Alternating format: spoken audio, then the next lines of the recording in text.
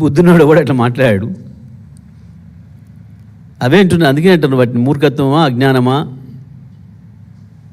దానికి పరాకష్టంగా దానికి కొత్త పదం ఏం లేదు. ఇప్పుడు వెతకాలి, ఇప్పుడు ఏమైనా ఉంటే ఈయన కొరకే వెతకాలి ఇంకో పదాన్ని.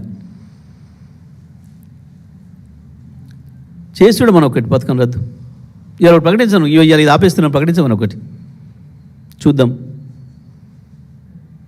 జూబ్లీహిల్స్ ఓడిపోయేది ఖాయం కాంగ్రెస్, తెల్లారే చూస్తాం ఎన్ని పథకాలు రద్దు చేస్తాడు. పనికి మళ్ళీ మాటలు, చేతగాని మాటలు, ఒకటి మాట మీద నిలబడే లక్షణం లేదు.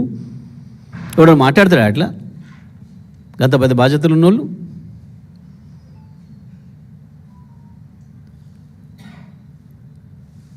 జ్ఞానం ఉండి మాట్లాడిన మాట, తెలివిని మాట్లాడిన మాట అది.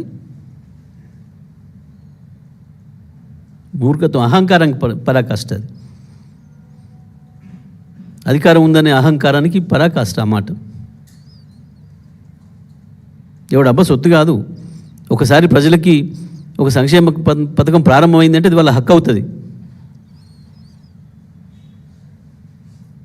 ఆయన కాదు, ఆయన తాత ఇంకోటి వచ్చినా కొనసాగించాలి. అది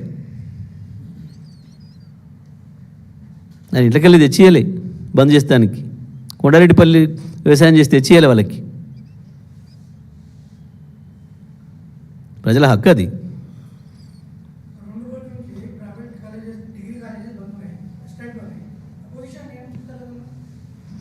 మేము అదే చెప్తున్నాం, పిలిచి మాట్లాడి వాళ్ళ సమస్యను పరిష్కరించాలి. పిల్లలకి చదువుకి ఇబ్బంది కాకుండా కళాశాలలు కొనసాగించాలి. కళాశాల యాజమాన్యాల సమస్యలను కూడా తీర్చాల్సిన బాధ్యత ప్రభుత్వం పైన ఉంది.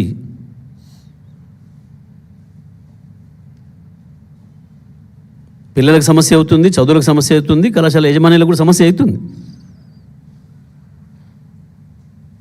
నిజంగానే వాళ్ళు నడపలేని స్థితికి వస్తున్నారు.